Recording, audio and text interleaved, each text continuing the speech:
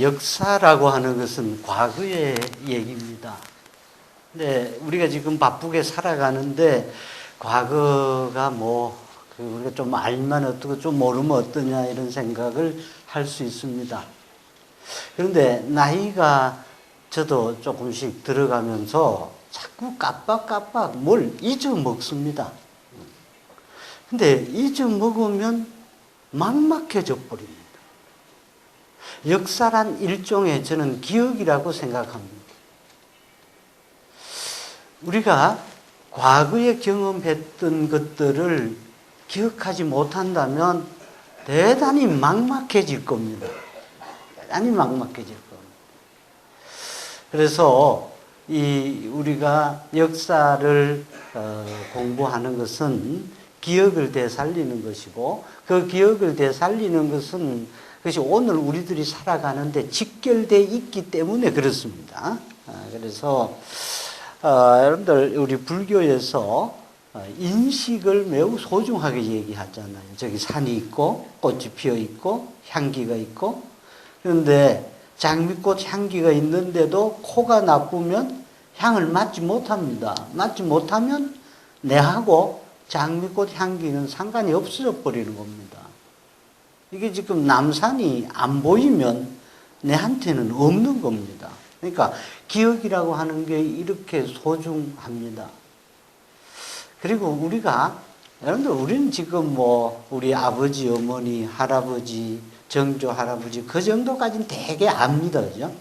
그러니까 그래도 안심하게 사는데, 입양아가 이제 성장했어요. 미국에서 자랐는데 한 24살 먹어서 자기를 낳아준 어머니가 도대체 어떤 분인지 굉장히 궁금할 겁니다. 말도 못하죠. 그래서 자기를 버려뒀던 동대구 역 앞에 와서 서성이다가 돌았을 때 그 막막함을 생각해 보면 기가 막히게, 그게 역사고 뿌리니까. 그렇듯이 이 역사라는 게 그만큼 중요한데, 만약에 기억을 상실하게 되면 앞으로 나가지를 못합니다. 묘하게도 우리는 과거 얘기하는 것 같지만은 여러분들 기억 상실증이라는 병이 있잖아요.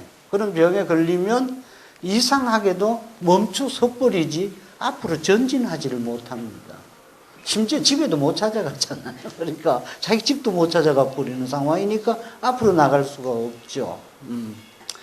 근데 이것이 한쪽으로 특히 이제 우리나라 이 고대사와 관련돼서는 여러분 두 책이 대표적으로 있잖아요. 삼국사기가 있고, 삼국사기도 매우 소중한 책이고요. 삼국유사가 있는데, 삼국유사는 13세기 와서 지어졌습니다. 만약에 가정을 해서 1000년 동안의 역사 기록이 삼국사기만 있었다 그래도 막막해지고, 물론 삼국유사만 가지고도 안 됩니다. 그런 점에서 삼국유사가 우리한테 주는 고마움은 이루 말할 수가 없습니다. 제가 오늘 강의할 걸 되게 자꾸 옆길로 안 나가려고 메모를 했는데, 여러분들 1페이지 두 번째 단락에 보십시오. 우리들 인생이 경험하는 매일의 일상사는 반복적이면서도 동시에 이례적입니다. 여러분들 이게 어제 아침에도 동쪽에서 해가 떴고 내일도 동쪽에 해가 뜰 거고 세수했죠. 그러나 어제 세수했던 것과 오늘 세수했던 것이 다른 겁니다. 그런 쪽에서는 그것을 일기일해라고 합니다. 단 한 번 인생에서 맨날 만나는 사람 같아도 처음 만나는 겁니다. 지금 어제 만난 사람은 어제 만난 거하고 오늘 만나는 게 다릅니다. 남산을 바라보는 게 겨울철에 바라봤던 거와 오늘 지금 실록이 풀어졌을 때 보는 거, 내일 보는 거 다릅니다. 내일은 구름 끼면 또 달라져 버립니다. 그래서 한쪽으로는 반복적인 요소가 있으면서도 한쪽으로는 대단히 이게 이례적입니다. 우리들 삶이 과거 역사의 단순한 반복이 아니기 때문에 오늘 우리가 한순간 하루를 살아가는 것이 절대적인 의미가 있게 되는 것이죠. 그야말로 한순간순간이 의미가 있게 되는 겁니다. 근데 너무 이렇게 말해버리면 너무 무겁잖아요, 인생이. 그런데 오늘 못한 건 내일 할 수도 있고 또 좀 반복적인 요소도 있어요. 그래서 또한 반복적 요소가 없지 않기 때문에 과거의 경험으로부터 배울 수도 있고 그렇습니다. 그런가 하면 이례적이기 때문에 삶은 결코 연습장이 아닙니다. 우리가 이렇게 만나고 있는 한순간, 제가 이렇게 이런 강의를 하는 것도 이 최고로 열심히 해야 되는 것이고, 이게 그냥, 이게 아주 중요한 순간순간들이기 때문에 그렇습니다. 그러나 세상에 똑같은 것은 없지만 매우 비슷한 일들은 많습니다. 시간적으로는 주기성을 가지고 공간적으로는 근방에 가까이 있기 때문에 우리는 역사 경험 같은 걸 통해서 배울 수도 있고 이렇습니다. 그리고 또 하나는 인생은 역사적이면서도 신화적이고 그러면서도 종교적이고 세속적입니다.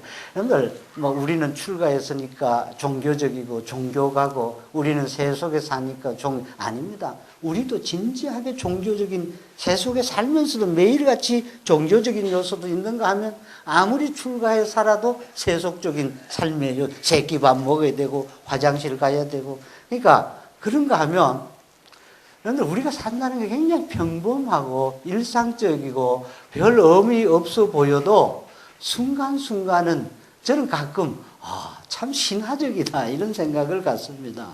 예를 들면 제가 바보 같은 생각을 가끔 하는데 비행기를 타고 미국에 정해진 시간에 딱 안착할 때 참 놀랍다. 이 인간이 보통 일이 아니구나. 또 가끔은 서울 시내가 이게 공룡처럼 거대한 대도시입니다. 여기에 농사 하나 안 짓는 사람들이 와글거리고 사는데 새끼밥 먹고 살아가는 거 이거 신화적입니다. 이게 여러분들 언론 보면 별거 아닌 것 같아도 좀 생각해 보면 굉장히 신화적입니다. 그런 게 아니라 사실은요. 여러분들 삼국유사를 읽어보면 그때서 우리는 현대인들이 어느 만큼 신화적으로 살고 있는가를 깨닫게 됩니다. 삼국유사에 이런 얘기 있습니다. 낭지라는 스님이 도력이 있으셔서 구름을 타고 하룻밤에 당나라로 가서 설법을 듣고 돌아왔습니다. 그러니까 도력이었습니다. 구름을 타고 다니는 도력인데. 근데 그 도력은 그 당시 사람들의 꿈이었습니다. 그렇지 않습니까? 나르고 싶은 꿈이죠.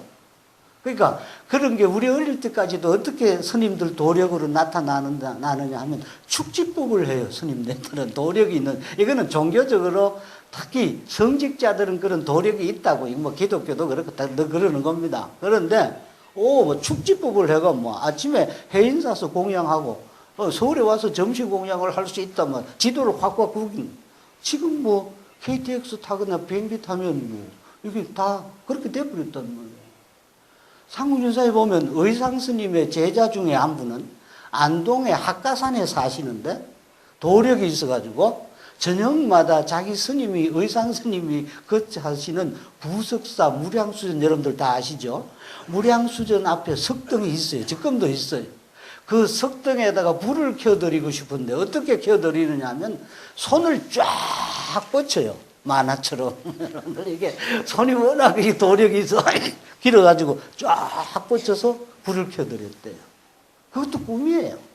근데 요즘 여러분들 이렇게 자동차 여기 시동 여기서 탁 이렇게 하나 누르면 시동이 걸리고 어느 정도 세상이 변해 있느냐 하면 브라질의 한 젊은 분이 파리로 출장을 갔는데 자기 집에 도둑이 들었는데 그것을 지금 자기 노트북을 켜가지고 지금 그 카메라가 집에 장치되어 있어서 도둑이 지금 장롱을 뒤지고 있는 것까지를 생중계를 하면서 핸드폰으로 자기 부인한테 전화를 하고 부인은 지금 경찰서로 해가지고 30분 만에 지금 파리에 앉아서 브라질에 있는 자기 집에 장롱 뒤는 도둑을 잡았다는 얘기가 그게 한 5년 전에 신문에 난 얘기입니다.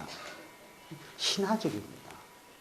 여러분들 통신도 신화적입니다. 이게 여기 앉아서 아프리카고 미국이고 이게 통할 수 있다는 게 삼국유사에는 이렇게 통하는 것도 또 문제니까 어떻게 했냐면은 A와 B 두 스님은 달달박박과 노힐부덕이라는 두 스님은 서로 이쪽과 저쪽에 사는데 이게 전달할 길이 없잖아요. 그러니까 한 스님이 저쪽 스님한테 가려고 그러면은 나무와 풀이 쫙 그쪽으로 넣었대요. 도력이에요. 그러면은, 아, 스님이 올리는가 보다. 근데, 아, 요즘은 뭐, 핸드폰이나 인터넷으로 쫙 연락하면 돼.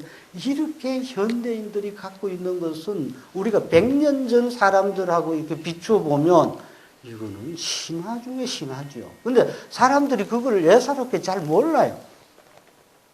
그런데 그러면 신화만 있느냐? 문명의 발전이라고 하는 것이 양극이 있어서 밝으면 밝은 것만큼 그림자는 진합니다. 원자로 같은 것이 저게 대단한 혜택을 줬습니다. 여러분들 우리가 깜깜하게 살던 세상에 이게 전 세계를 환하게 밝히는 것은 전기였는데 지금 원자로 같은 게 하나 문제가 생기니까 옛날 고대에는 전혀 생각지도 못한 재앙이 이거는 상상을 초월하는 재앙이 나타나기 시작한다는 거예요. 비행기를 타면 순식간에 가는데 비행기가 추락하면 이거는 순식간에 뼈도 못 추리는 죽음으로 간다는 그러니까 전혀 다른 예를 들어서 농협 사건 같은 게 이 지금 여러분들 인터넷이나 이게 없다고 생각하면 지금 이런 금융이라든지 할 도리가 없잖아요. 그렇게 편해졌는데 이게 사고가 터져버리면은 뭐 그 이상으로 가버리는 그러니까 문명의 발전이라는 발전이면서도 한쪽으로 밝은 만큼 진한 그림자가 들이우게 돼 있는데 어떻든 그럼에도 불구하고 우리가 하나 알아야 되는 것이 인생이 산다는 것이 시간과 공간을 사는 것인데 시간은 마음대로 느릿해서 살 수는 없습니다. 물론 고대인들에 비해서 우리가 좀 수명이 조금은 길어졌지만 우리 욕심에 비해서는 뭐 아직도 그건 별것도 아니고 그런데 우선 여러분들 공간을 이렇게 넓게 경험하기 살 수 있다는 것은 이것은 여러분 현대인들이 갖고 있는 옛날 귀족도 옛날 왕도 어디 미국을 가고 어디 아프리카를 가고 중국을 가고 요새 우리가 그렇게 넓은 공간을 세계를 호흡하면서 산다는 게 지금 고대 얘기를 하는 게 아니라 왜 이런 얘기를 할 수 있느냐 하면 고대에서 우리를 바라보면 우리가 어떤가를 알 수 있잖아요. 그야말로 신화적입니다. 그리고 우리가 인생이 사실은 굉장히 단순하고 일상적이고 그러면서도 조금만 생각을 달리 해보면 참 오늘 아침에 이렇게 싱그러운 이런 녹음을 보면서 우리가 이런 얼굴 맞대고 이게 신화적입니다, 사실은. 그래서 제가 한쪽으로 인생은 역사적이면서도 신화적이고 종교적이면서도 세속적입니다. 우리들 인생은 때때로 꿈꿀 필요가 있고 세속을 초월할 필요가 있습니다. 여기 너무 답답하니까 현실은 사실은. 그러니까 저 장자에서 궁세가 구만리 장천을 날아서 가고 싶듯이 우리가 좀 초월하고 싶고 이 세속적인 이게 이 부자유스러움이라는 게 이게 좀 벗어나야 되죠. 사실 우리는 실제로 한국 사람들이 너무 현실에 아등바등하는 사람이 너무 많아요. 조금은 물론 현실에 열심히 살되 그러나 조금은 우리들 마음을 저쪽 좀 멀리 떠나보낼 필요가 있습니다. 삼국유사는 우리를 꿈꾸게 하고 초월하게 해서 약간은 환상적으로 해줍니다. 그런 얘기들이 굉장히 아까 예를 들면 구름을 타고 하늘을 날아다니는 분. 굉장히 환상적인 얘기인데 원광 스님이 중국으로 유학을 가는데 그 시절에 그 7세기 전반에 중국 유학 가는 일이 되게 어려웠어요. 그런데 산에 살고 있던 신이 도움을 줘서 뭐 신이라는 것도 좀 신이 도움을 줘가지고 그래서 고마워서 그래서 이제 중국 유학을 돌아와서 고마워서 저는 신의 모습을 좀 보고 싶습니다. 그러니까 딱 말하기를 내일 새벽에 동쪽 하늘을 바라봐라. 그러면 내 모습이 보일 것이다. 그랬는데 보니까 워낙 신이 커가지고 팔뚝 하나만 턱하니 구름 속에 가려 있어요. 그래야 될 거 아닙니까? 여러분들 이런 게 굉장히 환상적이면서 작품, 조각 작품이나 무슨 작품도 그렇게 하면 되게 재밌을 거예요. 여러분들 너무 거대한 신의 모습을 다 보여주지 않고 턱 팔뚝 하나만 구름 속에 그게 이제 산 이름이 비장산이 되는데 이게 팔뚝이 나타난 그런 산이에요. 이게 삼국유사가 한쪽으로는 매우 역사적이고 현실적이면서도 매우 설화적인 얘기들을 담고 있고 신화적인 얘기도 담고 있어서 우리로 하여금 한쪽으로는 매우 환상적이게 해주는 그런 문제가 있고, 삼국유사에는 옛사람들의 현실의 아픈 삶이 담겨 있는가 하면, 그리고 삼국유사에는 한민족의 집단 무의식이 숨쉬고 있습니다.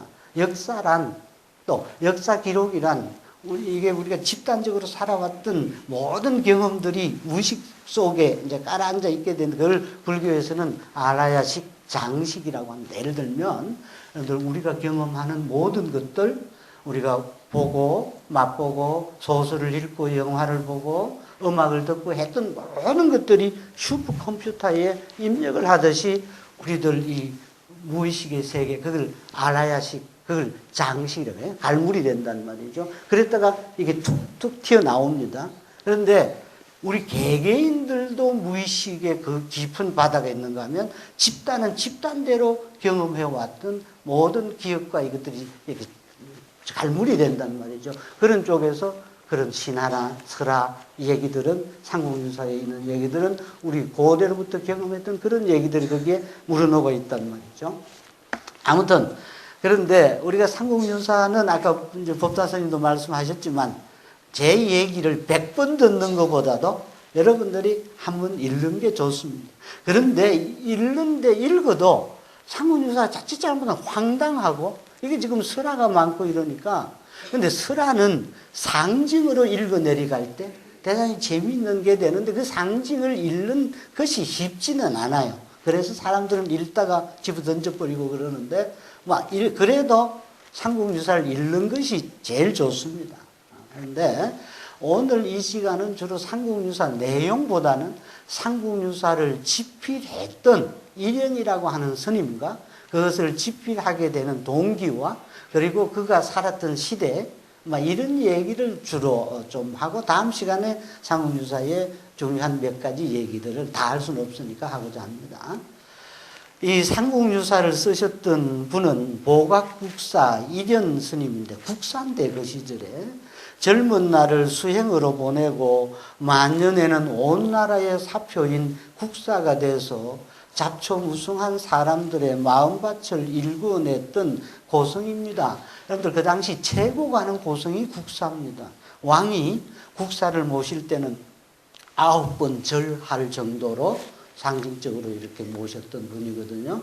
그러니까 이 13세기에 활동했던 일현 스님은 그 당시에 최고 가는 고성입니다. 그러나 오늘 우리 가까이에 살아있는 일현은 고성으로보다는 오히려 삼국유사를 저술했던 역사가, 실제로 일현 스님은 그 당시의 역사가는 이건 정말로 유학을 공부해가지고 김부식이라든지 대개 사관이 따로 있지 않습니까? 그런데 실제로 일현 스님은 그런 사관도 아니고 그런 역사가도 아니었음에도 불구하고 오늘날 우리가 기억하는 일현 스님은 고성보다는 삼국유사의 저자, 이렇게 기억되게 되어 있습니다. 이래는 오랜 집념과 정진으로 이루어진 삼국유사가 있음으로 해서 우리 고대 문화에 대한 중요한 정보에 접할 수 있게 됐습니다.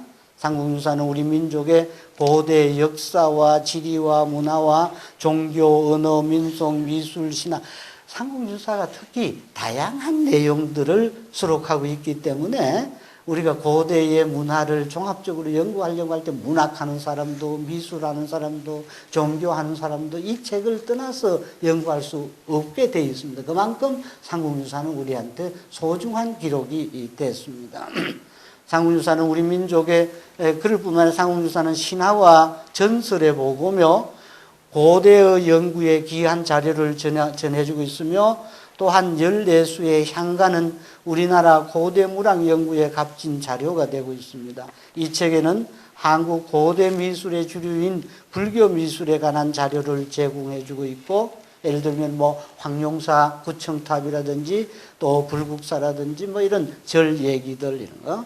그런가 하면 특히 탑상편의 기사는 탑과 불상, 건축 등에 관한 정보를 제공해 주고 있습니다. 이 책에 전하는 화랑에 관한 자료는 종교적이고 풍류적인 성격의 것이 많아서 삼국 사기와 다른 특징이 또 있습니다. 이처럼 우리나라 고대 문화에 관한 다양한 자료를 수록해서 전해지고 있는 삼국유사는 민족 문화의 연원을 탐구하는 사람들에게 무궁한 길잡이가 될 수밖에 없습니다. 암울한 13세기를 살면서도 절망하지 않고 기록을 남겨 오늘에 전해준 이련의 노력은 그래서 이련 스님은 세월이 아무리 흘러도 우리한테 기억에서 사라질 수가 없게끔, 그러니까 여러분들 우리가 뭘 하나 세상에 와서 뭘 업적을 남겨도 이런 업적을 남겨놓으니까 그야말로 이련 스님을 잊을 도리가 없잖아요. 많은 고성들이 오고 갔지만은 어떤 고성보다도 이련 스님은 우리한테 가까이 있을 수밖에 없게 됐단 말이죠. 여러분들도 정말로 역사에 남기는 뭐를 만들어 놓으면 오래오래 갈 겁니다. 불국사 같은 것을 만들었던 김대성 같은 분, 지금 1200년 세월이 흐르고도 그 이름을 전 세계가 기억해 줄 수 있는 게 됐단 말이죠. 정말로 중요한 일을 이렇게 이루어냈는데, 이래는 9살 어린 나이로 고향 경산을 떠나서, 원래 저 경산 쪽에 원효 스님도 태어나고 이련도 태어나고 이제 설총까지 이제 경산 사람들 지금도 거기 같이 넣어가지고 세 분의 성인이 태어났다고 그래가지고 지금도 기리고 있습니다. 이 경산 쪽에 태어났는데 불문에 기한 이후로 여러 곳을 옮겨 다니면서 여행하고 교화했습니다. 경주, 현풍, 영일, 청도, 밀양, 남해 등 경상도 지역, 광주, 강화도, 개경, 그리고 지리산, 오대산, 설악산 여러 곳에 발길이 닿았습니다. 성녀들의 유력은 보편적인 것이기에 그의 여행을 자료 수집을 위한 현지 답사라고 말하기는 어렵지만, 그러나 이련 스님은 다니면서 빈손으로 다니지 않고 여러 개의 사료를 수집하고 유물유적에 대한 관찰을 했고, 그래서 그런 노력들은 역사가가 기울이는 노력과 비슷해요. 삼국유사에는 이련이 직접 목격했던 유물유적에 대한 관찰기와 현지에서 찾아낸 고문서 등의 사료, 그리고 각지에 전해지던 설화 등이 많습니다. 젊은 시절부터 시작된 우리 문화에 대한 관심은 일생 동안 지속돼서, 이에 유의하면 삼국유사가 이련 평생 정진의 소산이란 평은 과장이 아닙니다. 물론 사료 수집과 집필을 구분한다면 이 책은 이련 만년에 쓰여졌습니다. 이게 이제 이련이 언제 썼는가 보면 지금 지원 18년 해서 1281년 연대가 딱 한 번 나옵니다. 근데 이건 집필하고 있을 때 지금 이렇다는, 이때 끝났다는 것도 아니고, 그래서 이 연대쯤 집필이 이루어지고 있구나. 그래서 이때 어디까지 만년에 저 대구 팔공산 뒤쪽에 인각사라는 절이 있는데 그 인각사에 머물러 계시면서 그러면서 이 집필을 끝내는, 그래서 이련 스님 비가 지금도 인각사에 서 있고 그렇습니다.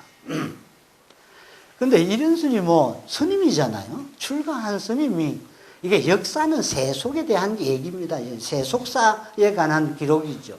그런데 스님이 뭐 때문에 세속사에 대한 관심을 갖게 됐는가?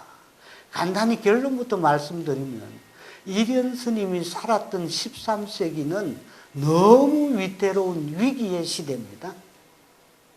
그런데 우리가 역사 기록을 남기고 싶을 때가 대개 어떤 때냐 하면 대단히 영광스러울 때나 조금 위태로울 때나, 위태로우면 예를 들면 개인도 내가 지금 한 2, 3년이면 죽게 돼 있다든지 뭐 이랬을 때 지나온 기록을 남겨야 된다든지, 그래서 전해줘야 된다든지 이렇게 되거든요. 뭐가 또 뭐 요새도 지금 보면 누가 뭐 국회의원을 했다 그래서 뭐 자기 집에 돌아가서 비를 세우고 뭐 하는, 그리고 뭐 영광스러움을 자랑한다든지 이런데, 결론적으로 너무 위태로워. 민족의 위기가 13세기만큼 험악할 때가 없었습니다. 제가 역사를 전공해보지만은 이건 대단한 위기예요. 이게요, 13세기 고려 사회는 암울했습니다.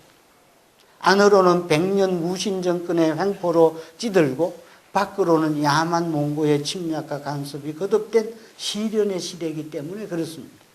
여러분들 1170년에 무신난이 일어났는데 그 무신 정권이 100년 동안, 꼭 100년 동안 갑니다. 그런데 100년 동안 가는데 이 무신들은 정치적인 경륜이 전혀 없는 사람들이 그냥 칼로서 정권을 빼앗아 버렸기 때문에 정말로 나라 다스릴 줄도 모르고 혼란이 거듭되고 있었거든요. 뿐만 아니라 이 무렵에 몽고가 침략해 들어오는데 기가 막혀요. 무려 6차에 걸쳐서 30년 동안을 몽고가 쳐들어오는 겁니다. 이게 지금 우리 역사를 보면 기가 막힌 게 어떤 전쟁도 30년이나 이렇게 막 쑥밭을 만드는 때는 없었잖아요. 근데 이 몽골족이라고 하는 게 전쟁을 수행하는 방법이 잔인합니다. 뭐 완전히 불태워버리거나 불질러 버리고 사륙해 버리고 이런 정도거든요. 그리고 기마병을 이끌고 짓밟아 버린다. 그런데 이 우리 고려 그때 6번 쳐들어올 때 한 번 정도 제1차 전쟁에서 한 번 이렇게 정규군 파견했지. 그 다음에 정규군도 없고 전부 게릴라 전으로 뭐 조금 싸움하다가 그럼 정부에서는 뭐라 그러냐면은 자 산속으로 숨어라. 저 섬으로 피하라. 그리고 나라 비우다 주다시피 해버렸다. 그리고는 강화도로 자기들 정부는 떠나가 항몽한다 그랬지만 그러니까 막 엉망이 되는 시절입니다. 그러니까 예를 들어 몽고병이 휩쓸고 다니면서 수십만 명이 학살당하거나 예를 들면 황룡사에 가서 불질러 버렸잖아요. 그러니까 황룡사 구청탑이 활활 타버렸잖아요. 저 팔공산 부인사에 가서 대장경, 초조대장경 원래 천년이라고 그러는데 가서 불질러 버렸잖아요. 그리고 뭐 낙산사 관세음보살 복장을 뜯어가지고 다 훔쳐가고 뭐 다 이런 상황이니까 기가 막히죠. 이렇게 뭐 작은 것까지 하면 7차에 걸쳐서 약 30년 동안이나 계속되고 몽고는 금나라와 송나라와 멸망시켰고 또한 유라시아 전역까지 그들의 말바꿈이 미칠 정도로 그 세력이 떨치고 있었습니다. 최씨 무신 정권은 강화도로 천도에서 항몽의 의지를 불태웠다고 하지만 전 국민과 전 국토는 야만의 침략 앞에 방치된 상태입니다. 육지의 본토에 남아있던 국민은 무자비한 수탈과 방화와 납치 등 온갖 순환을 당합니다. 또한 국토는 비참하게 유린되고 수많은 문화재가 불탑니다. 몽고병의 잔인하고 흉포함은 이루다 말할 수 없습니다. 그들이 지나가는 곳에는 불상과 경전까지도 마구 불태웠고 보물은 약탈당했습니다. 팔공산 부인사에 봉안하던 초조대장경은 2차 침략에 불타고 경주 황룡사는 3차 침입에 잿더미로 화했습니다. 6차 침입이 있었던 1254년 한 해만 해도 20만 명 이상이나 납치되고 사륙된 사람은 다 그 숫자를 셀 수 없었습니다. 그들이 지나간 지방은 모두 잿더미로 화했다고 합니다. 침략자들에 의한 파괴와 약탈의 참상을 능히 짐작해 볼 수 있는 기록들입니다. 그러나 강화도로 피한 위정자들은 이 시기에도 그 사치와 안일로 세월을 보내고 항몽의 주체는 농민과 천민 정도였습니다. 그런데 그러면 이걸로 끝났느냐? 30년을 그래도 버티고 항몽을 하다가 나중에 이제 환도하잖아요. 개성으로. 환도하고부터는 원나라의 정치적인 간섭 속에 들어갑니다. 근데 이 원나라가 그야말로 이 침략한 나라에 대해서 지배하는 방법이 직접 지배가 아니고 직접 나라를 없애버리고 하는 게 아니라 그대로 두고 철저히 간섭하는 쪽이니까 그래서 이걸 우리는 식민지 시대라고는 말해 고려왕실 그대로 두고 고려왕 그대로 두고 그러나 뒤에서 꼬피를 잡고 온갖 그걸 하거든. 그래서 원간섭 시대라고 말합니다. 이게 80년 계속됩니다. 근데 이 80년 계속되는 동안에 온갖 수탈이 일어납니다. 가장 고약한 수탈이 공여제도입니다. 여자 내놓으라는 겁니다. 그것도 예쁜 처녀를 골라서 내놓으라는 겁니다. 기가 막힌 제도죠. 그런가 하면 일본을 2차례 침략해 들어가는데 고려가 전부 불량미 내놔야 되고 배를 천척씩 만들어야 되고 그래서 갔다가는 완전히 풍랑에 휩쓸려서 다 풍랑으로 그냥 넘어가고 말았잖아요. 그러니까 일본에서는 그걸 가미가제라고 그러고 뭐 일본에 가보면 지금도 그런 그 당시 그림들이 막 남아있고 그렇습니다만은 그러니까 온갖 정치적인 간섭과 그리고 뭐 그런 군사 그런 고통을 받고 있던 그야말로 야만의 시대입니다. 야만의 시대인데 그것을 말해주는 증거가 자료가 하나 있는데 헌도라고 하는 몽고 장수가 왔어요. 일본 침략에 들어가는 일본 장수고 우리 장수의 고려에 김방경이라는 장수가 있는데 그 헌도라는 녀석이 김방경이 앞에서 참새 한 마리를 딱 잡아가지고 김방경이 앞에 패대기를 쳐가지고 아주 잔인하게 죽이면서 이거에 대해서 어떻게 생각하느냐. 아니 뭐 참새란 이게 곡식을 쪼아 먹는 것이니까 이렇게 당연히. 그러면서 헌도가 하는 말이 있습니다. 내가 고려를 와 보니까 고려 나라 사람들은 불교를 믿고 글자를 알았어. 우리를 마냥 무시하는데 이게 중요해요. 고려가 그렇게 짓밟히면서도 몽골을 야만족이라고 무시하고 있었다는. 그래서 버티는 겁니다. 그것까지도 없으면 문화민족으로서의 자존심이 없으면 이게 다 가는 겁니다. 그런데 우리는 하늘로부터 사륙을 부여받아서 그래서 우리는 너희들을 종으로 부리고 있는 거다. 이따 소리를 합니다. 그야말로 야만적인 소리죠. 그런 상황이 전개되고 있던 때가 이때입니다. 그래서 밑에 4분을 보면 이련이 살았던 그 시절은 폭압과 침략으로 강산이 유린되고 슬픈 사람들의 가슴은 멍들었습니다. 그것은 분명한 위기였습니다. 오랜 문화 전통을 자랑하던 민족의 수치고 시련이었습니다. 이 무렵 원감국사 충지라고 하는 스님이 계셨는데 이분이 장편의 시를 썼는데 그 중에 한 구절 인용하면 이래요. 슬프다 나는 무엇하는 사람인가 부질없이 눈물만 흘리네. 근데 이분이 국사거든요. 원감국사 충지는. 그런데 이 원나라 간섭식인데 너무 폭압이 심하고 하니까 어디 이 지성인이 조금 더 현실적으로 뭐 도움을 뭐 어떻게 해결할 방법이 없어요. 그러니까 눈물만 흘리고 있어요. 그런데 문제는 그러나 슬픈 현실은 눈물로 극복될 수는 없습니다. 앞으로도 그렇고 역사란 냉정한 현실입니다. 예를 들어서 뭐 일본이 뭐 저런 사고가 있었다고 해서 눈물 흘린다고 해결되는 문제는 아닙니다. 그러니까 역사는 강한 의지와 부단한 노력으로 그 방향을 바꿀 수밖에 없습니다. 그래서 삼국유사에 보면 오다 오다 오다 오다 슬픔 많아라 슬픔 많은 우리 무리여 공덕 닦으러 오다. 여러분들 이거 짤막하지만 이게 한편의 향가 풍요라는 향가입니다. 그죠? 선덕여왕 때 양지라는 스님이 7세기 전반에 영묘사에 불상을 조성할 때 경주에 살고 있던 선남 선녀들이 그 불상을 조성할 때 흙을 한 줌씩 이렇게 나르는데 그 흙을 나르면서 불렀던 향가가 이 풍요입니다. 그런데 요 짧은 요 향가 중에도 키워드는 딱 두 단어인데 슬픔과 공덕입니다. 슬픔이 많대요. 여러분들 부처님은 첫 딱 법문을 하시면서 사제를 설하셨는데 4가지 진리를 설하셨는데 고제부터 말씀하셨어요. 인생에는 고가 있다. 그렇잖아요. 없는 것 같아도 늙고 병들고 죽고 하는 그리고 뭐 불만이 있고 그게 고가 반드시 고가 아니라 그건 두카라고 하는 번역할 때 불만족, 뭐 고통뿐만 아니라 불만. 누가 남의 사과는 커 보이니까 나는 좀 불만족스럽고 뭐 더워도 불만족이고 뭐 이런 게 많이 있잖아요. 그러니까 그게 있다. 그걸 어떻게 극복하느냐? 네, 공덕을 닦아서. 그래서 공덕이라고 하는 단어가 굉장히 중요합니다. 공덕을 닦아서 그런 노력을 통해서 극복할 수밖에 없습니다.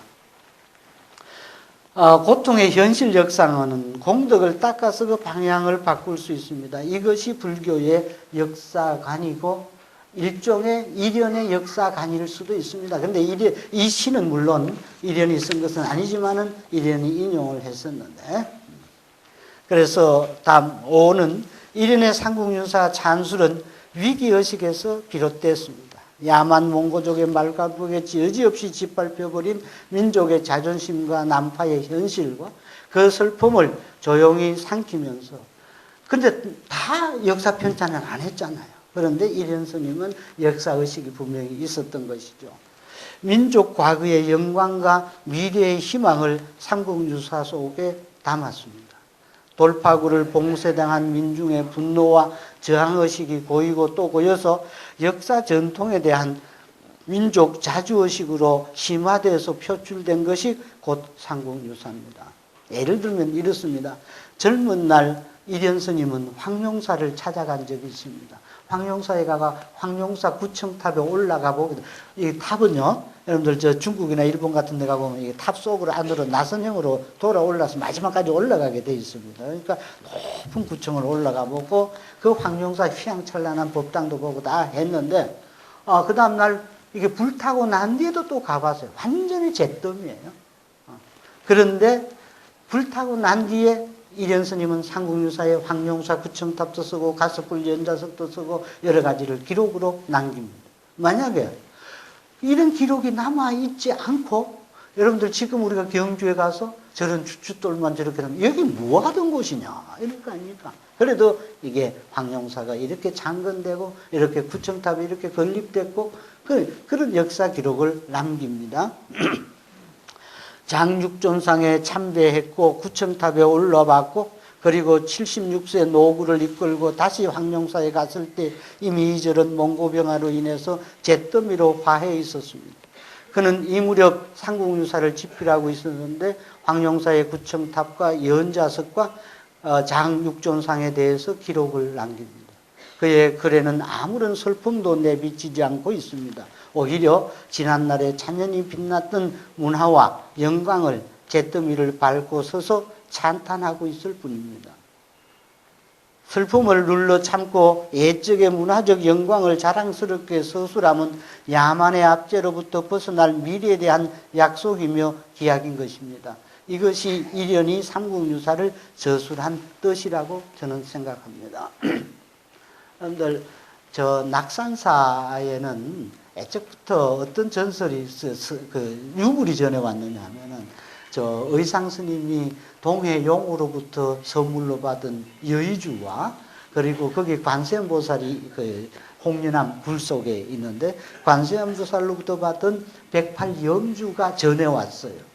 그런데 몽고병이 쳐들어와 가지고 완전히 그 낙산사가 다 함락될 지경에 이르렀을 때 이제 그때 그 글성이 거기 이제 주지가 보주를 그 글성은 아니고 주지가 이걸 가지고 가니까 이 보배를 가지고 가니까 절의 종 글성이라고 하는 절의 종이 그것을 뺏어 가지고 땅에 파묻으면서 이렇게 중얼거립니다.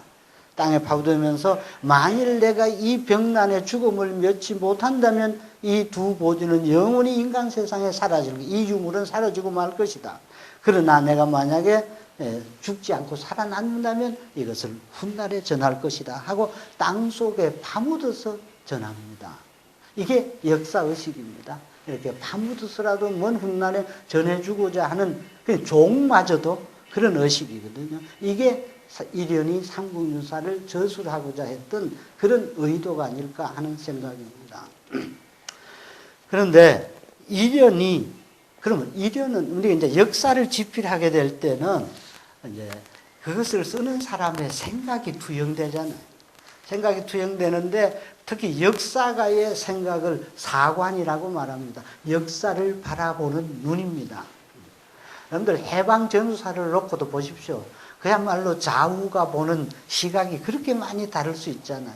동국대학을 남산에서 내려보는 거와 엠버서드 호텔에서 바라보는 거와 이쪽 신라 호텔에서 바라보면 전혀 방향이 다릅니다. 그러듯이 이게 역사를 보는 눈을 우리는 흔히 사관이라고 말하는데 이련 스님이 구체적으로 어떤 사관을 가졌을까에 대해서는 한 줄도 기록이 없습니다.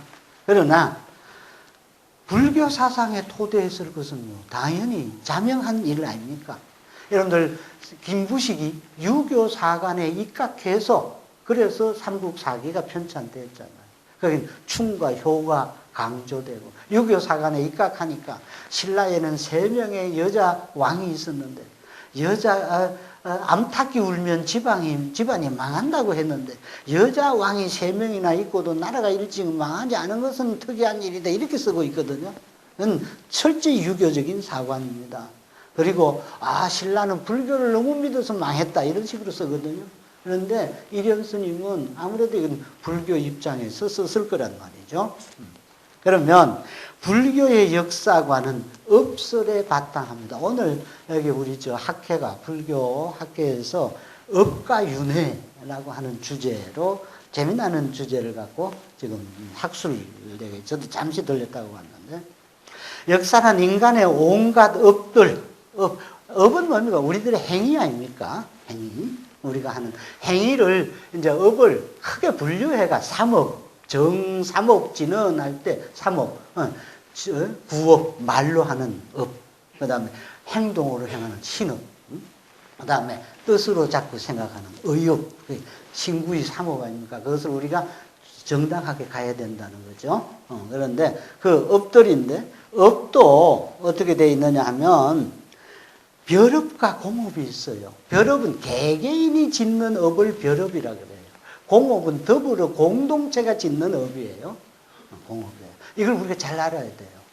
예를 들어서 일제시대를 평가할 때 이렇게 하는데, 여러분들 소나기가 쏟아지면 어느 누구도 비를 피할 길 없는 그런 공동의 운명으로 당해야 될 그런 공업이에요. 그건 실제로. 그래서 개개인을 나무라고 막 할 때 어떤 문제들이 있어요, 사실은. 또 물론 그러면서도 똑같으냐? 그 속에서 또 개인은 개별적인 문제이기 때문에 이건 또 달리 평가되어야 되는 문제예요. 인생이 왜 그러냐면 내 개인이 살면서 더불어 살고 있고 연결돼 살고 있기 때문에 내 업이 중요하고 더불어 업이 중요해요. 예를 들면 이런 겁니다. 공업이 왜 중요하냐면 나는 정확하게 교통 법규를 지켜서 운전을 하는데 술 먹은 운전자가 와서 내 차를 들이받아버렸어요. 그럼 무슨 죄냐? 내가 무슨 죄냐? 더불어 살고 있다는 죄입니다, 여러분들. 어떤 친구는 보니까 알뜰하게 집을 한 칸 마련해가지고 지하에 이렇게 신혼부부가 사는데 옆집에 누가 사는지도 몰라요. 요새는 잘 모르잖아요.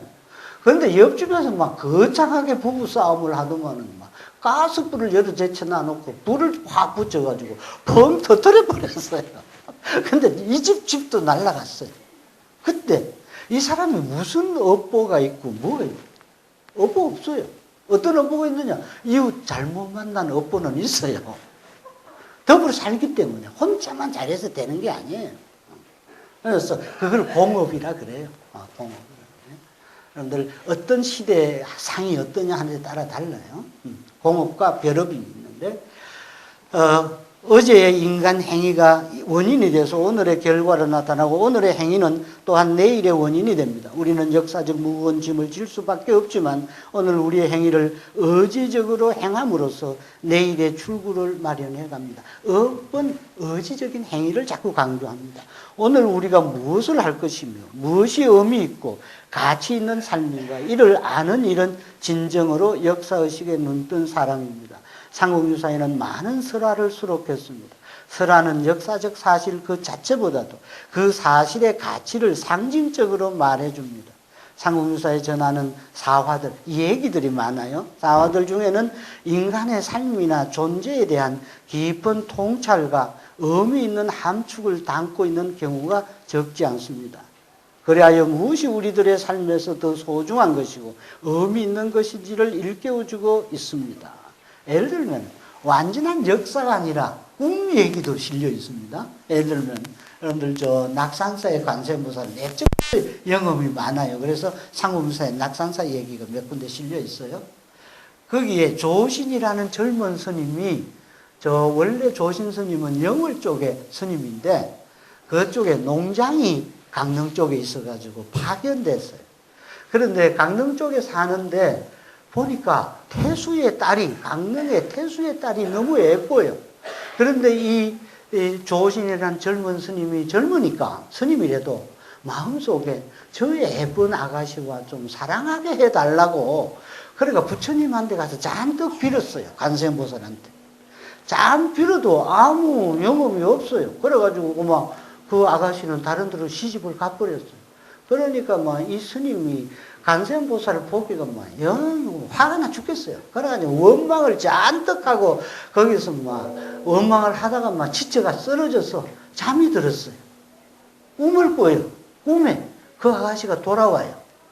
저도 스님을 무척 좋아했는데 부모님의 그 엄한 성화에 못 이겨서 결혼을 했지만 다시 돌아왔습니다. 그래 얼마나 좋았겠습니까? 그래가지고 이제 같이 살아요. 살다가 보니까 뭐 아이가 한 6병이나 태어나고 나중에 이제 꿈을 꾸는데 오래 살아요. 오래 사는데 꿈 속에서 일생을 살아가는 겁니다. 살아가는데 뭐 나중에 6명이 태어났는데 막 가난해가지고 다 먹일 길도 없고 막 어떤 아이는 어디 국을 하러 나갔다가 개한테 물려가서 막 엉엉 울고 어떤 아이는 죽어서 끌어먹고 막 이러다가 두 부부가 나이는 어느 정도 됐고 막 큰일 났어. 우리가 이러다가는 다 굶어 죽게 됐으니 우리가 막 두 아이씩 두 손잡고 헤어집시다. 요새도 여러분들 작전상 이혼하는 방법도 있잖아요. 정말 이게 뭐 파산되고 이러고 그러듯이 헤어졌어요. 헤어지는 장면이 꿈을 깨는 거예요. 그때 조신 스님이 가만히 생각하니까 자기가 지금까지 생각했던 게 허망하고 잘못됐다는 게 그때서 그게 간세음보살이 그렇게 일깨워 준 거예요. 그게 유명한 조신의 꿈이에요. 그거는 역사가 아니라 꿈 얘기예요. 그런데 상호유사에는 그 얘기가 들어앉아 있어요. 근데 그 얘기를 읽는 사람으로 하여금 무언 중에 깨닫게 해주는 그런 얘기가 상호유사에 그런 식으로 전개되고 시간이 얼마 남고 곧 끝내도록 하겠습니다. 그래서 그런 함축을 담고 있는 경우가 적지 않습니다. 그리하여 무엇이 의미 있는지를 알려주는데 그런가 하면 이 일련의 시야는 역사 기록과 설화와 시가 등으로 열려 있었고 이렇게 역사도 이분은 역사를 반드시 요새 와서 융섭이니 통합이니 무슨 통섭이니 자꾸 이런 얘기를 하는데 너무 역사 나는 전공 문학 전공 철학 전공 이러는데 이련 스님은 옛날에는 특히 문사철이 함께 있었거든요. 그러니까 이련 스님은 삼국유사에 문학 기록도 있고 시가도 향가도 있고 역사도 있고 설화도 있고 한꺼번에 있어요. 그리고 지배자 귀족과 평범한 백성들의 삶을 평등한 눈으로 바라봤습니다. 거지와 노비 얘기도 따뜻한 시각으로 있어요. 삼국사기에는 지배자 중심으로 기록되는데 삼국유사에는 이런 얘기. 예를 들면 이름 없는 길거리의 여인, 거지 얘기도 있어요. 정수라는 스님이 9세기 초에 이 정수라는 스님이 얼어 죽는 여인을 구하다라는 제목의 짤막한 글이 있어요. 9세기 초에 정수라는 스님이 경주에 어느 절 앞을 지나가는데 초겨울이에요. 거지 여자가 눈이 이렇게 자욱이 초저녁에 왔는데 거지가 길을 가다가 거기다가 아이를 놓고 해산을 길거리에서 하고 지금 얼어서 아이도 지금 위험하게 됐고 거지 여자도 거의 죽게 됐어요. 근데 스님이 지나가다가 불쌍해서 그 옷을 활활 벗어서 덮어줬어요. 다 벗어서 덮어줬어요. 그리고는 처음에 막 끌어안았어요. 왜냐하면 이게 체온을 빨리 전달해줘서 이렇게 녹여야 되니까 한참 끌어안고 있으니까 여러분도 상상해 보세요. 거룩한 스님이 길거리에 여자를 끌어안고 앉았습니다. 그런데 한참 끌어안고 있으니까 소생했어요. 그리고는 옷을 활활 벗어서 덮어주고 빨가벗고 뛰어요. 이게 우리나라 세계의 스트리킹의 원조예요. 빨가벗고 경주에도 많은 사람이 살고 있었는데 빨가벗고 뛰어와가지고는 황용사 스님인데 거적대기를 듣고 부들부들 떨고 자고 있어요. 그런데 하늘에서 외치는 소리가 참 재밌는 게 상옥유사가 하늘에서 외치는 소리가 있어서 황야에 외치는 소리 끈을 그러듯이 하늘에 외치는 소리는 상징적인 표현입니다. 그죠? 그런데 궁중에 임금님 궁중에 하늘에서 외치는 소리가 있기를 황용사를 조사해보라. 거기에 정수라는 스님이 있는데 모셔다가 국사로 삼도록 하라. 조사해보니까 뭐 빨가벗고 와돌로들 들고 있는데 그래도 모셔다가 국사로 삼는다는 얘기, 짤막한 얘기입니다. 그런데 거기에는 거지 여자도 따뜻한 눈으로 길거리 이름도 없는 거지가 역사 기록에 떡 이렇게 올라 있잖아요.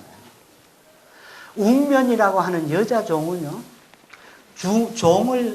주인을 따라서 늘 연구를 해요. 근데 주인이 꼴보기 싫으니까 너 하루 저녁에 쌀 한숨을 다 찍고 나거든 오라. 그러니까 저기 가서 연구를 하고 싶은 생각에 그 정성으로 열심히 찍고 또 쫓아갑니다. 그래, 법당에도 못 들어가면 마당에 서서 하니까. 그때도 하늘에서 외치는 소리가 들려요. 웅면 남자는 법당에 들어와서 정식으로 연구를 하도록 했다. 그래서 법당에서 열심히 연구를 했는데 주인은 뭐 정성을 안 들여서 내가 아직도 가만히 있는 거예요. 웅면 남자는 너무 열심히 연구를 해가지고 막 살아있는 몸으로 이 천정을 붕뚫고 서쪽 하늘에 날랐을까요? 서쪽에 극락세계가 있으니까. 그러니까 초월을 하는 겁니다. 근데 이런 게 황당하죠. 붕뚫고 하늘을. 근데 그게 우리들의 꿈 아닙니까? 현실을 그 답답한 종이라고 하는 그런 현실로부터 초월해서 초월을 설명하려고 하면 이렇게 뚫고 날아가고 이렇게 하는 그게 서양의 대입법이에요. 이게 황당한 얘기가 상민적인 얘기예요, 사실은. 그런 얘기입니다. 근데 삼국유사에는 거지도 노비도 자연스럽게 이렇게 드러나고 있습니다. 불교와 원시 종교를 구별하지 않았고 선종과 교종을 구별하지 않았습니다. 인간 삶의 본질과 존재의 의미에 대해서 발언을 하되 생활자력을 통해서 암시할 뿐 목축을 높이지 않습니다. 그래서 재밌는 겁니다. 여러분 법문하면서 거창하게 법문하면 너무 부담스럽습니다. 슬쩍슬쩍 좀 웃으면서 암시만 해도 되잖아요. 그러니까 상주산 좀 그렇습니다. 이련의 안목은 다양하게 열려 있어서 역사적인 삶도 문학적인 상상력도 종교적이고 철학적인 인생의 해석도 함께 녹여 있습니다. 그리하여 한국유사에는 문학과 역사와 철학이 아무 탈 없이 함께 어우러지고 있는 겁니다. 그에게 중요한 것은 의미 있는 삶이었을 뿐입니다. 한국유사에는 하늘의 소리도 있고 짐승의 주장도 있습니다. 짐승, 그래서 김대성이가 보물 잡았잖아요. 그러니까 김대성이 그 밤에 자는데 신이 나서 잤죠. 꿈을 꾸는데 곰이 나타나. 이거는 현실이고 꿈이라는 현실이고 곰이 덤벼듭니다. 네가 나를 죽였어. 나도 너를 씹어 삼키겠다. 하고 막 김대성이를 꿈에 공격을 하니까 김대성이가 싹싹 빌었죠. 손이 발이 되도록 빌었어요. 그러니까 곰이 말합니다. 네가 그러면 나를 위해서 절 하나 지을 수 있냐? 아니 절 하나뿐이겠습니까? 그래서 맹수하고 깨어났는데 땀이 요를 흥건히 적셨어요. 그리고 장수사를 토암산에 지어주고 그 곰 잡은 자리에다가 그것이 계기가 돼서 불교에 기여하게 되고 그래서 불국사와 석굴암을 지어서 역사적인 지금 세계 문화유산으로 남게 했던 짐승도 발언을 합니다. 어떻게 발언하냐 또 발언하니까 시간 나요. 5분만 더 하겠습니다. 여러분들 낙산사에 관세음보살이 어떻게 낙산사에는 언제나 파랑새로 나타납니다. 지금도 파랑새가 있어요. 낙산사에는. 그걸 언제 내 제자가 좀 카메라에 담아왔더라. 파랑새 직접 쏘는데. 근데 마음이 맑고 깨끗한 사람한테만 관세음보살이 낙산사 그 파랑새로 화염에 보여준다는 거예요. 내가 네가 대단하다. 나도 가니까 내 눈에도 보여요. 저도 대단하다. 대단한 게 아니라 요새 좀 여론이 떨어졌는지 모르겠어요. 그런데 이제 의상 스님이 거기에 낙산사 관세음보살을 칭견했다고 그러니까 원효 스님도 칭견할 거라고 막 가잖아요. 그런데 원효 스님은 막 가다가 이 상무무사 얘기해요. 가다가 하얀 옷을 입은 여인이 별을 베고 있는데 가가지고 또 말을 붙여요. 원효는 여자 보면 말을 붙여요. 말을 붙이는 벼가 잘 익었느냐. 그러니까 그 여자가 말하지. 벼가 너무 흉년이라고. 그게 무슨 소리인지 모르고 원래가 또 갔어요. 가니까 이게 저 우물가에 누가 여인이 빨래를 하고 있어. 근데 더러운 빨래를 하고 있어. 그러니까 월경이 묻은 빨래를 막 하고 있어. 그래서 원효가 물 한 잔을 얻어먹자고 하니까 그 여인이 빨래하던 그 더러운 물을 부어떠서 주는 거예요. 원효가 그 물을 먹을 수 없어 버리고 깨끗한 물을 따 먹었습니다. 그때 소나무 위에, 그 소나무는 아주 좋은 반송이었습니다. 소나무 위에 파랑새가 앉아있다가 이렇게 말을 해요. 이 들뜨러진 화상아, 들뜨러진 화상아, 제호, 여러분 이제 우유를 제품을 만들어가지고 5가지 제품이 있는데 요구르트만 불교에서 인도 저쪽에서 제일 좋은 맛이 제호 맛입니다. 제호 맛을 모르는 이 들뜨러진 화상아 하고 날아갔다는 거예요. 파랑새로 말을 해요. 근데 그 파랑새가 관세음보살의 과연이에요.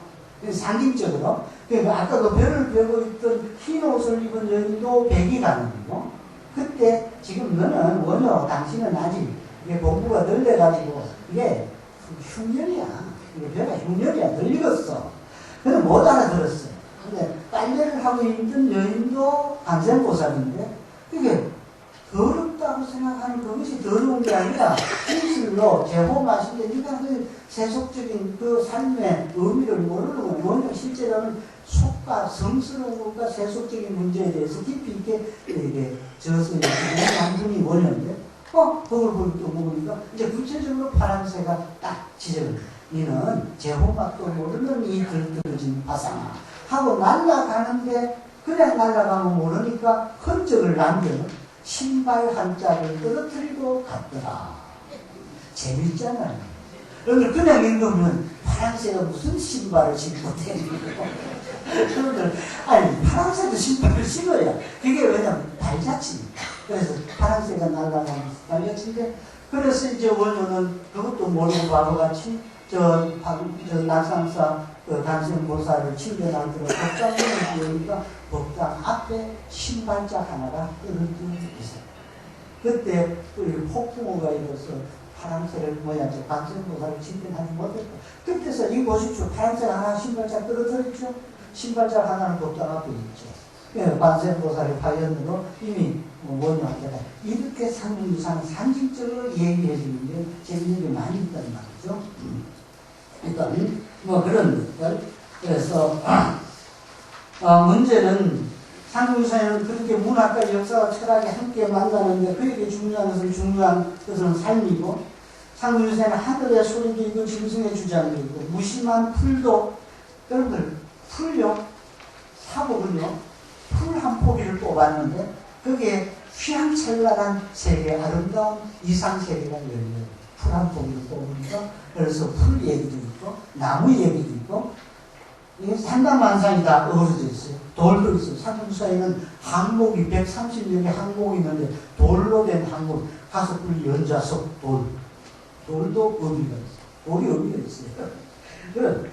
이렇게 의미를 갖고 있으면 자연의 빛이 비치면 산당만상이 모두 잠에서 깨어나듯 되살아납니다. 이것은 고대인의 종교와 무관하지 않지만 동시에 화음의 세계이기도 합니다. 일상의 범상한 것들의 특별한 의미를 발견하는 것.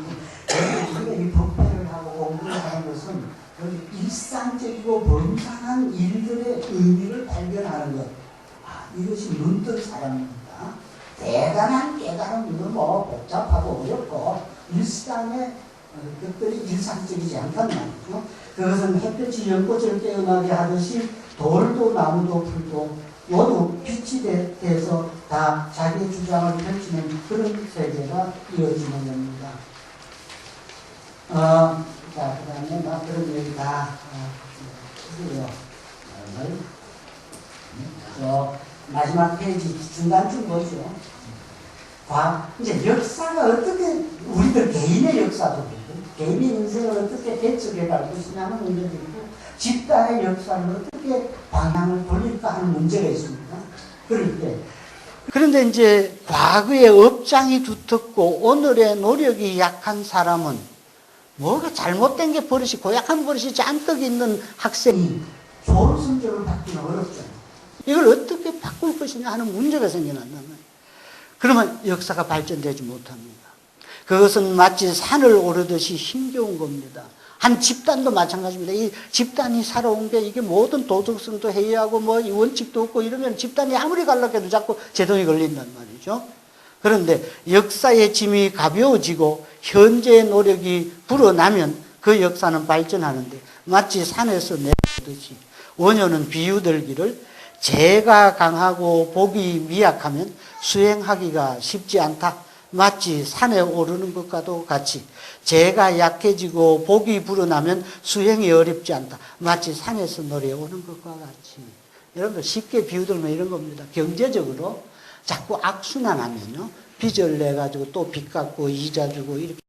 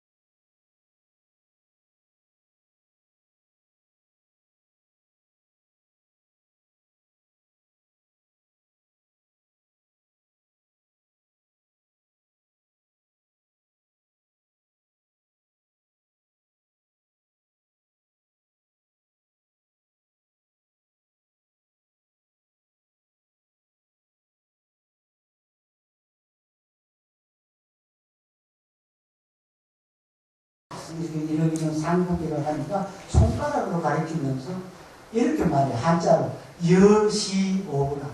너는 신자야. 똥신자야. 너는 똥이고 나는 복이다. 그게 다 번역하기도 어려운데 그게 화두처럼 무슨 말이냐. 너는 도력이 없어서 똑같이 고기를 잡아먹고 자시야 너는 똥이나 싸적겼고 나는 도력이 있어서 고기 잡아먹고 살아있는 고기를 놨다 이 말입니다. 여시 똑같은 고기 먹고 똥이나 싸적겼고 나는 살아있는 고기를 놨다. 이건 대단한 차이죠.